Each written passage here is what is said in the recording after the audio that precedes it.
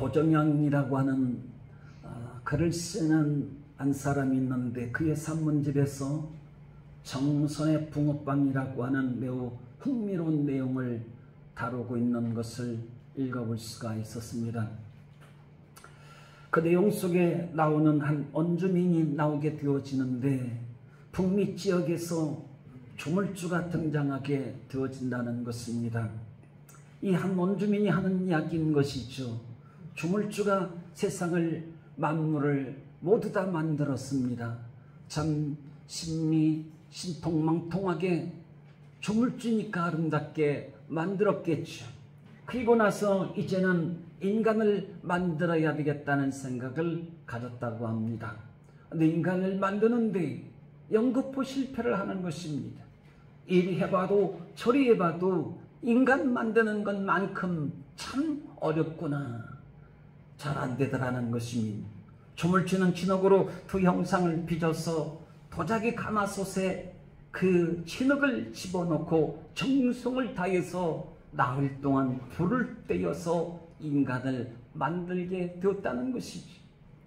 그런데 막상 가마솥 뚜껑을 열어봤더니 이것은 사람이 아니라 암수개 한 쌍이 능글밖에 가마솥 안에 앉아있더라는 것입니다. 그래서 조물주는 실망감이 있지 않겠습니까? 그래서 다시 한번 시도하기로 했습니다. 3일 가지고는 안 되는 것 같다. 그래서 13일 동안 정성을 쏟아부었습니다. 사람의 모형, 아니 인간을 만들기 위해서 진흙더미를 더 많이 갖다가 더 찰지게 아주 야무지게 잘 다졌겠죠. 그래서 이번에도 가마솥에 집어넣고는 또다시 인간 만들기를 힘썼던 것이죠. 그런데 이번에 뚜껑을 열어봤더니 끔찍하게도 그 솥 안에는 암수 뱀 한 쌍이 기어서 나오더라는 것입니다. 또 실패했습니다. 안 되겠다 싶어서 이번에는 조물주께서 자존심을 꺾고는 옆에 있는 자기를 도와주는 조수에게 도움을 청했습니다. 야, 내가 인간을 만들려고 하는데 아무리 노력을 해도 안 되니 너가 당신 좀 나를 좀 도와줘야 되겠다. 그래서 이 조수가 조물주의 창조의 그 인간을 만드는데 도와줌으로 인해서 끝내는 인간을 만들 수 있게 되어졌다는 이야기인 것이죠. 오늘 이 이야기는 하나의 신화이지만 사람을 만드는 일만큼은 조물주도 쩔쩔맸다고 하는 어려움을 환기시키기 위한 이야기로 북미에서 전해져 내려오고 있다는 것이죠. 여러분, 진짜로 인간 창조하신 분, 우리를 창조하신 분은 하나님이시지 않습니까?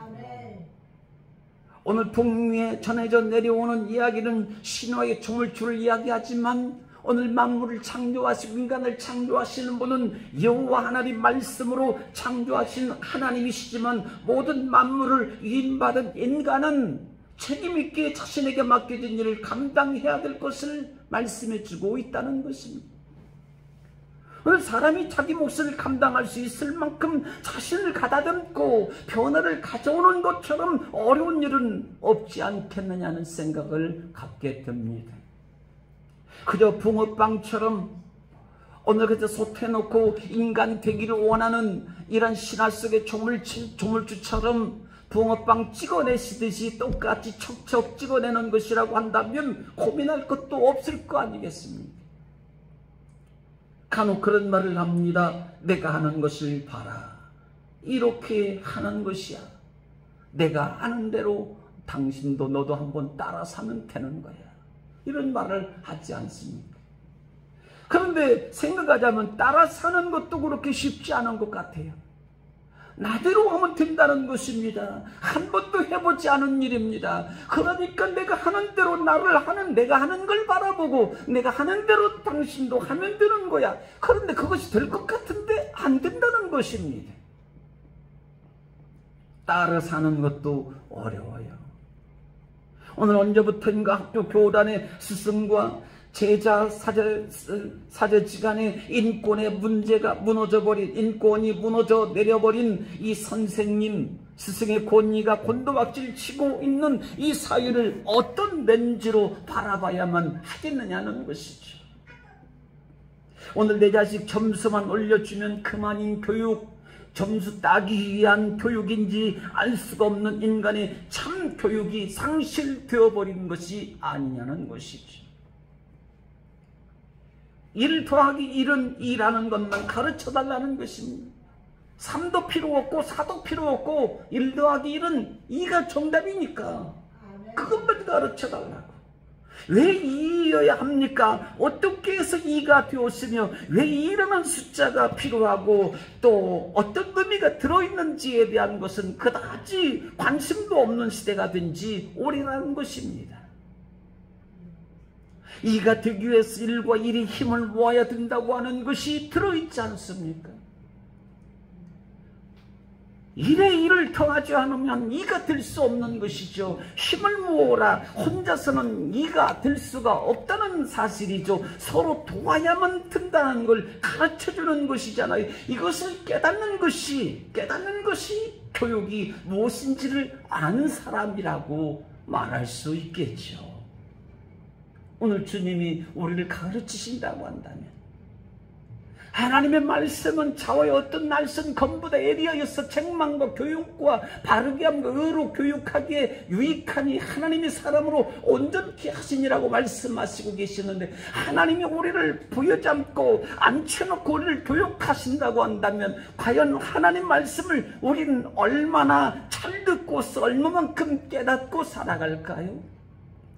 하나는 1 더하기 1은 2입니다. 저도 압니다. 하나님, 더 이상 설명할 것이 없어요.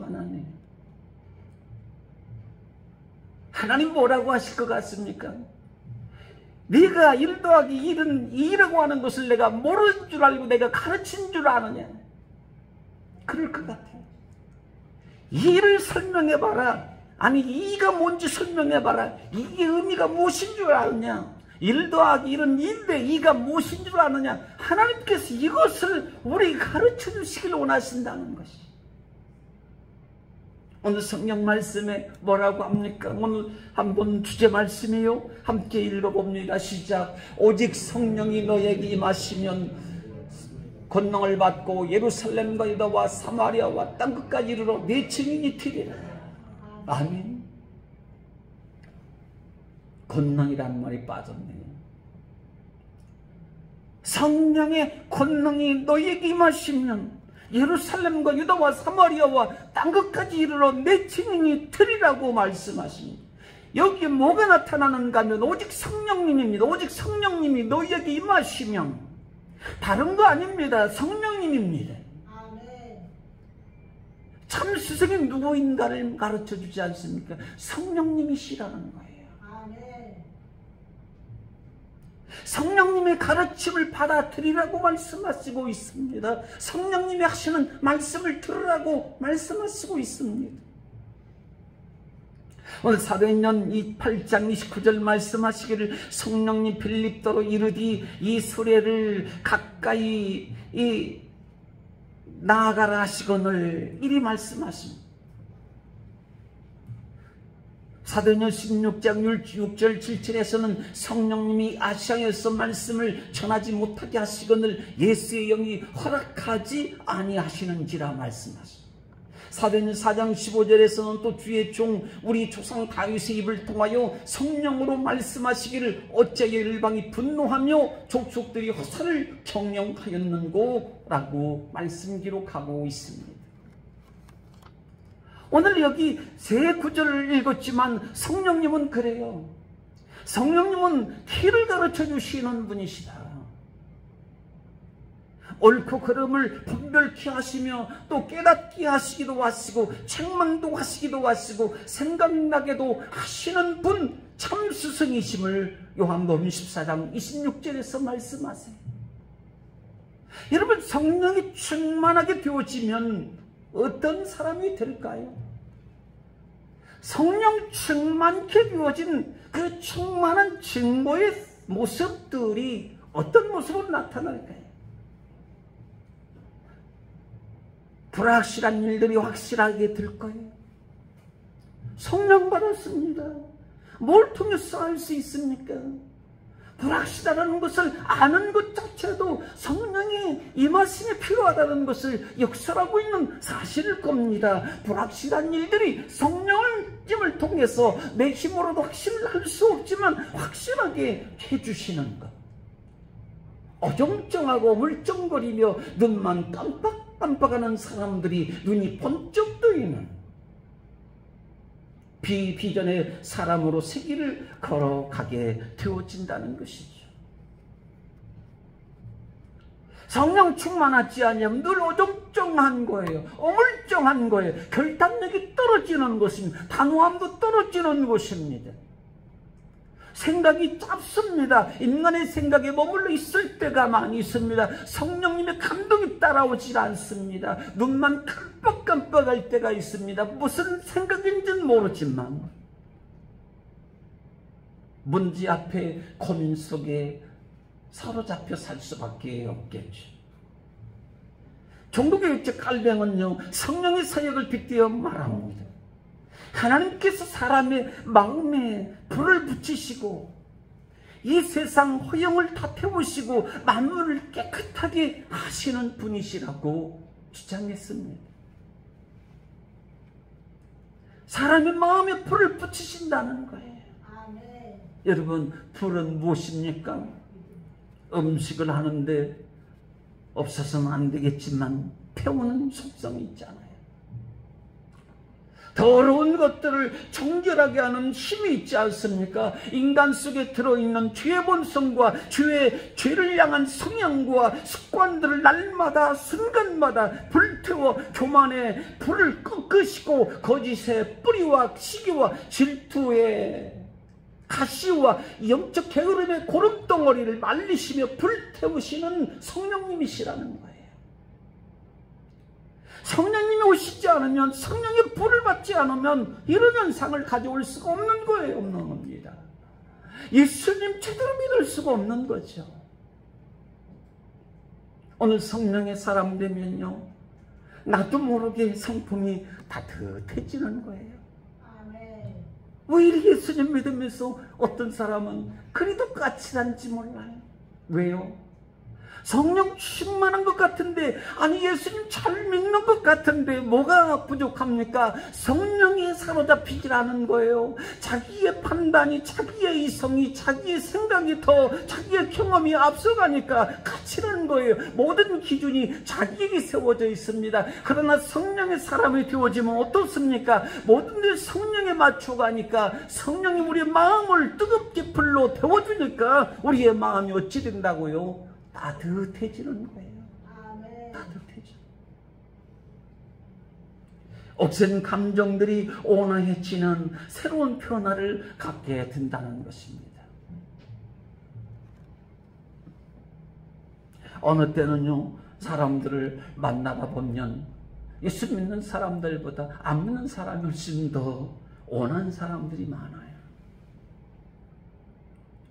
나 하나님 믿습니다. 나는 하나님 믿는 사람입니다. 그래서 어쩌자는 거예요. 온화하지 않아요. 온화하지 않아요. 그런데 성령 받으면 왜 성령 받아야 됩니까? 왜 성령 충만해야 됩니까? 마음의 억센 감정을, 억센 가시를 잘라내고 온화해지라는 거, 온화해져야 된다는 것입니다. 그래서 좋은 사람 되려면 어떻게 하면 좋은 사람이 되어질까요? 내가 좋은 사람이 돼야 되지. 내가 착한 사람이 돼야 되지. 다짐해 봅니다. 그리고 자기와 약속해 봅니다. 그런데 안 되는 거예요. 그런데 내가 좋은 사람이 되려면 어떻게 되어집니까? 성령 충만해지면 좋은 사람이 되어져요. 할렐루야. 성령 충만해지면 좋아져요. 오늘 성령의 사람이 되면요, 믿음이 좋아지게 되어 있어요. 아멘. 왜 믿음이 힘들어요? 오늘 성령님이 나를 개입하지 아니하시고 성령님 노타치, 성령님 내 곁에 오지 마시옵소서. 내 믿음 생활 내가 알아서 합니다. 성령님은 간섭하지 마시옵소서. 내가 알아서 나의 의지와 결단을 따라서 내가 선택할 것이니까. 이게 믿음일까요? No, 아닙니다. 이건 믿음 아닙니다. 성령님의 간섭이 따르지 않는 믿음은 좋아질 수가 없어요. 시간만 가는 거예요. 성령님의 사람은요, 지혜롭다는 소리를 듣게 되어져요. 참 지혜롭구나. 남을 아프게도 하질 않아요. 그렇잖아요. 남을 기쁘게 합니다. 성령님이 기쁘신 분이시니까 오늘 말라기 3장 2절에 말씀하시는 거예요. 우리 읽어봅니다. 그가 임하시면 나를 누가 능히 당하며 그가 나타나는 때에 누가 능히 서리요. 그는 금을 연단하는 자의 불과 표백하는 자의 잿물과 같을 것이라. 말씀에 예언을 주십니다. 깨끗하게 하신다는 거예요. 정화시켜 주신다는 거예요. 단련해 주신다는 거예요. 씻겨 주신다는 거예요. 오늘 부활하신 예수님 12명의 제자들과 함께 감람산에 올라가서 대화를 나눕니다. 그들에게 뭔가 아직도 못한 말씀들을 마지막으로 또 한 번 다시 부활하신 주님으로서 제자들에게 말씀을 건네시고 계십니다. 그러면서 끝자락에 뭐라고 하십니까? 예루살렘을 떠나지 말라는 거예요. 예루살렘 떠나지. 예루살렘을 떠나면 옛사람을 벗을 수 없다는 이야기, 전제적으로 이야기하게 됩니다. 오늘 3년 동안 예수님과 같이 살면서 천국 경험 다 한 제자들이거든요. 봐라, 귀신이 쫓겨나는 것을 봐라, 천국이 임한 증거야. 예수님 그 이 말씀 저 말씀 하셨던 거 아니겠습니까? 그런데 아직도 세상의 미련을 버리지 못하고 6절에 뭐라고 하는 겁니까? 세상이 다인 줄 알고 6절에 말하기를 주께서 이스라엘 나라를 회복하심이 이때이니까 라고 하니 말하고 있어요. 우리 좀 편하게 살 수 없나요, 예수님?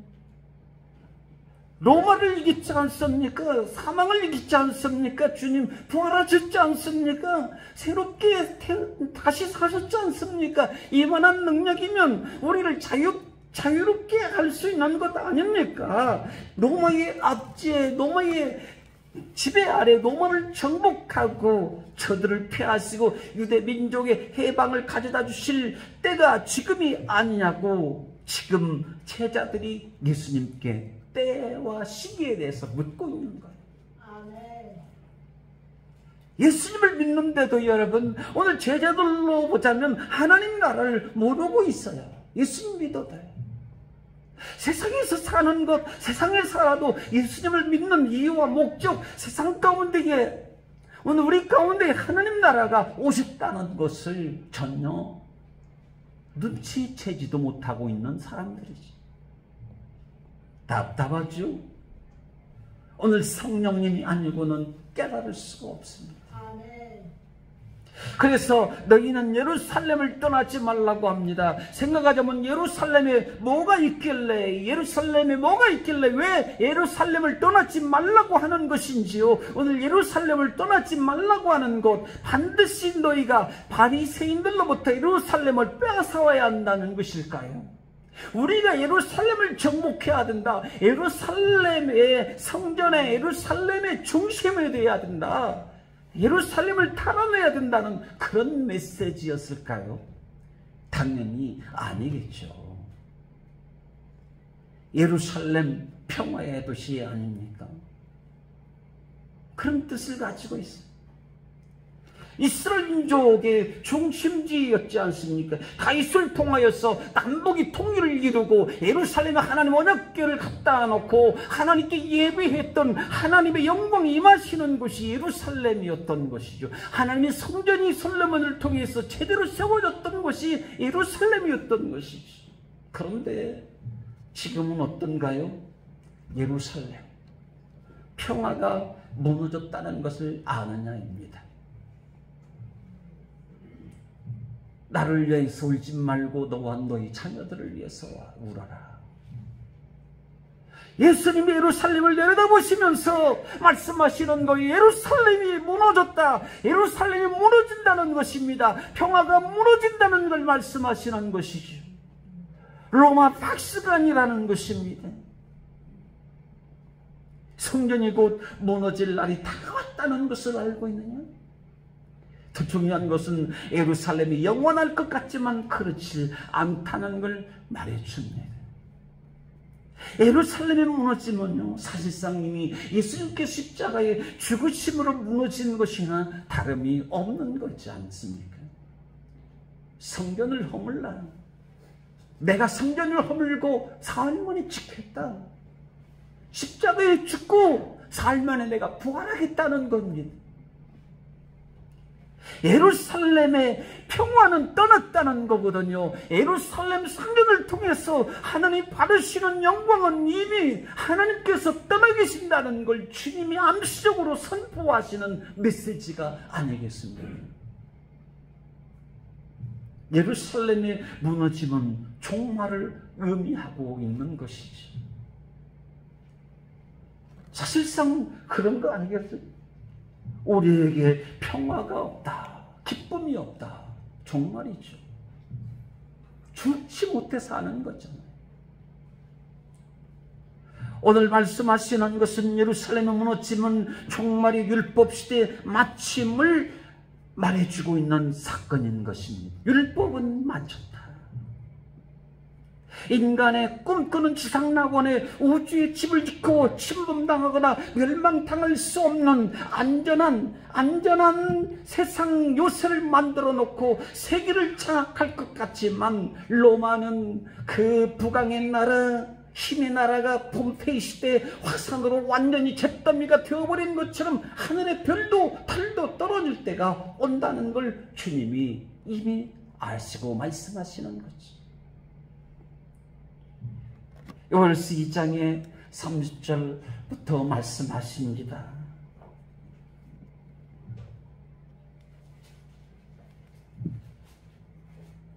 내가 이적을 하늘과 땅에 베풀리니 곧 피와 불과 용기 기둥이라. 여호와의 크고 두려운 날이 이르기 전에 해가 어두워지고 달이 핏빛같이 변하려니와 누구든 여호와의 이름을 부르는 자는 구원을 얻으리니 이는 나 여호와의 말대로 시온 산과 예루살렘에서 피할 자가 있을 것이며 남은 자 중에 나 여호와의 이름을 부를 자가 있을 것임이라 말씀하셨습니다.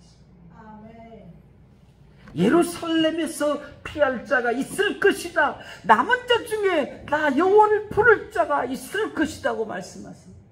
예루살렘을 떠나나오라는 겁니다. 예루살렘, 평화가 없는 곳에서 하나님을 찾아야 다시 평화를 얻게 될 것을 오늘 요엘 선지자는 성령님을 말하면서 하나님을 불러야 구원을 받을 걸 말씀하고 있는 거지. 요한계시록 21장 1절에도 그렇게 말씀하시죠. 내가 새하늘과 새 땅을 보니 처음 하늘과 처음 땅이 없어졌고 바다도 다시 있지 않더라고 말씀하십니다. 세상 땅이 영원하지 않다는 것입니다. 세상 땅. 오래전부터 달을 연구하고 해성을 연구하는 사람, 그 나라 미국, 러시아 달을 탐사했던 적이 있지 않습니까? 지금도 탐사에 아주 심혈을 기울이고 노력을 하고 있지만, 그런데 달 뒷면까지는 아직도 못 가본, 하지 못하는, 신호가 떨어지질 않는다는 것이죠. 햇빛이 비치지 닿지 않는다는 것이죠. 흑암입니다, 어둠입니다. 가지 못하는데 얼마 전에 중국이요, 탐사선을 쏘아 올려서 희귀한 천연 자원이 있는 이 지구 뒷면에까지 도달하여서 지금 검토 중에 있다는 거 아니, 조사 중에 있다는 것 아니겠습니까? 그런데 해도 어두워지고 달도 핏빛같이 변한다, 떨어진다고 말씀하세요. 떨어진다. 그곳에 달 뒷면에 천연 자원을 갖다가 이 땅에 못을 맞는다 한들, 달 뒷면에 달을 치고 달 안에 어떤 새로운 세계, 새로운 어떤 새로운 집단, 새로운 정거장을 만들고 산다 한들 그것이 영원하겠느냐는 것입니다. 처음 하늘과 처음 땅은 없어진 것이다. 바다도 다시 있지 않다라고 말씀하시는 거예요. 없다는 거, 없어진다는 것입니다. 떨어진다는 거예요. 망한다, 사라진다, 떨어진다는 의미를 갖습니다. 이제는 예루살렘이 문제가 아닙니다. 건물의 문제가 아니지. 오늘 육신을 입고 사는 게 다가 아니라는 걸 가르쳐주고 있어요. 오늘 영원부터 창세전부터 창조 때에 계셨던 성령님이 오순절 마가의 다락방 가운데에 오늘 기도하는 저들 가운데 임하심으로 예루살렘의 잃어버린 이 평화의 회복이 또 하늘로부터 내려오는 눈물도 고통도 없는, 질병도 애통하는 것도 없는, 또 죽음도 없는 새 예루살렘 도성이 신부가 신랑을 단장하는 것처럼 하늘로부터 내려온다라고 말씀 기록하고 있는 것 아닙니까? 세상 것은 지금까지 있었던 이 땅의 옛것은 다 떨어지고 사라지고 새 나라, 새 도성, 새 예루살렘이 온다 말씀하시고 있어요. 아멘. 세상 정욕에 사로잡혀 살고요, 율법을 지키면 경건한 사람이 된다고 했지만 다 거짓입니다. 안 됩니다. 아니, 아무리 애를 써봐도 안 되는 거예요. 안 되는 거예요. 물질로 상류층 인생만을 꿈꾸며 살기를 원했지만 그러나 평화가 사라진 이 절망들, 고통, 이 죽음이 엄습한 싸움과 분쟁이 가득한 이 땅에 예루살렘에는 생명의 불이 꺼져버렸다는 것입니다. 불 꺼진 곳에서 뭘 하겠습니까? 오늘 성령님의 임재 없이는 오늘 무너진 예루살렘 인생으로 살 수밖에 없다는 것입니다. 나의 인생에 무너진 평화가 무너진 인생으로 살 수밖에 없다는 걸 가르쳐주는 것 아니겠습니까? 열심히 사는 것이 최선일 수 있잖아요. 열심히 살고 인간의 만족, 행복이고 또 할 일을 잘하고 있다고 생각하고 있는 1km 이상도 내다볼 수 없는 인간의 눈을 뛰어넘어서 죄가 왕노릇하고 또 마음의 욕심 가운데 사망의 덫에 걸려서 참된 평화가 없는 흑암에 갇힌 수많은 인생들 가운데 성령의 불이 불어와야 된다는 걸 말씀해 줍니다. 예루살렘 골도와 사마리아와 땅끝까지 성령이 불어와야 된다. 성령이 예루살렘으로부터 시작해서 땅끝까지 성령의 바람이 불어와야 된다는 거예요. 아멘. 성령의 불이 있는 사람을 통해서요, 하나님의 진노의 불을 끄신다. 그리고 평화의 불을 켜시고 영원한 하나님 나라의 구원의 기쁨을 누리는 은혜가 부어지게 된다는 걸 가르쳐주고 있습니다. 성령의 사람을 통해서.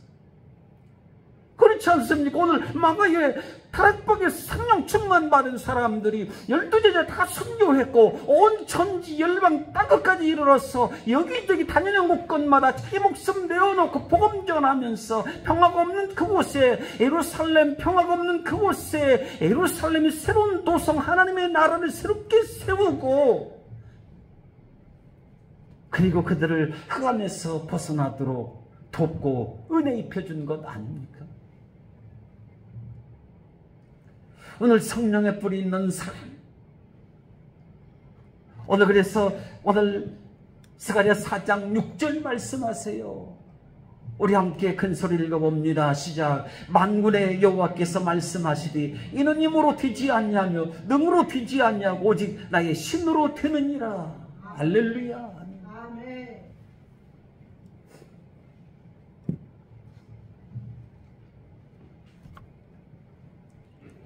오순절 마가 다락방의 기도는 힘이 있었습니다. 아무리 힘을 쓰고 애를 쓰고 노력을 해도요, 오늘 우리에게 있는 평안, 우리에게 있는 예루살렘, 우리에게 있는 기쁨이라고 하는 것, 과연 내가 원하는 것들을 얻을 수 있는 그 범위와 한계는 어디 있을까? 하나님의 신으로 되지 않냐면, 성령이 아니면 예루살렘을 지킬 수가 없고 하나님의 평화를 지킬 수, 하나님의 설렘의 축복을, 하나님의 나라를 지킬 수가 없다는 것이. 오순절 마가의 다락방 기도에 힘이 있어요. 더불어 마음을 같이하여 오로지 기도에 힘쓰니라. 브로스란 말로 목표를 향해서 확고부동하게 매달렸다는 것입니다. 신앙인에게는 모름지기 목표가 있어야 되잖아요. 주여, 평화가 없는 내 가족들에게, 내 이웃들에게, 하나님 저들에게 새 예루살렘의 평화를, 하나님의 은혜의 복음이 전달되기를 원합니다. 나를 통해서 성령 충만하여서 저들을 향하여 내가 달려갈 수 있는 은혜를 베풀어 주시고, 저들이 예수님 만날 수 있도록 은혜를 베풀어 주시고, 기도했어요. 주님이 쏟아 부으셨어요. 성령님을 불같이 쏟아 부어주셨어요. 바람처럼 권능으로 강하게 역사하신 거죠. 그 결과 성령 받은 사람을 통해서 교회가 탄생하죠. 온갖 핍박과 조롱과 비웃음과 멸시, 박해, 죽음의 위험을 무릅쓰고 성령을 충만하니까 모든 원수 표적들을 막아내게 하시고 교회를 탄생시킵니다. 무슨 힘입니까? 성령의 힘이죠. 한 사람 성령 받은 큰 사람. 왜 성령 받았습니까? 복음을 받았으니까, 복음 받고 성령 받으니까 한 사람 땅끝까지 간 사람이 된 것이죠. 오늘 성령 받은 사람을 통해서요, 예수님의 이름으로 하나님은요, 예수님의 이름으로 하나님은 구원의 문을 열어가는 놀라운 역사를 일으킨다는 거예요. 구원의 문을 열어가요, 성령 받은 사람을 통해서 예수 이름으로 축복의 문을 열게 하시며 막혔던 평화의 길을 만들어내는 사람이 되는 거 아니겠습니까?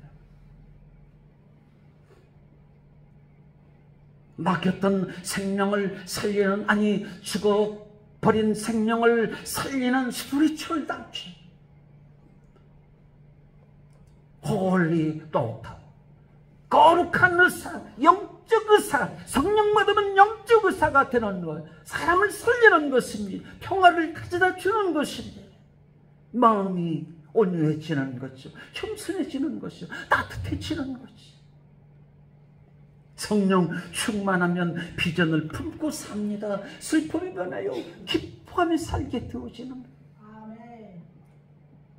오늘 성령 충만한 사람은 예수님의 이름으로 부르짖고 기도해요. 그리고 선포해요. 그럴 때 거기에 성령 충만한 사람을 통해서 뭐가요? 기적이 일어나요. 기적이요. 나사렛 예수 그리스도의 이름으로, 내게 은과 금은 없지만 예수 그리스도의 이름으로 성령 충만하여 앉은 자, 병든 자 향하여 선포하고 외칠 때에 일어나는 기적이 나타나지 않습니다. 기적이 일어나. 나의 삶에 문제가 있습니다.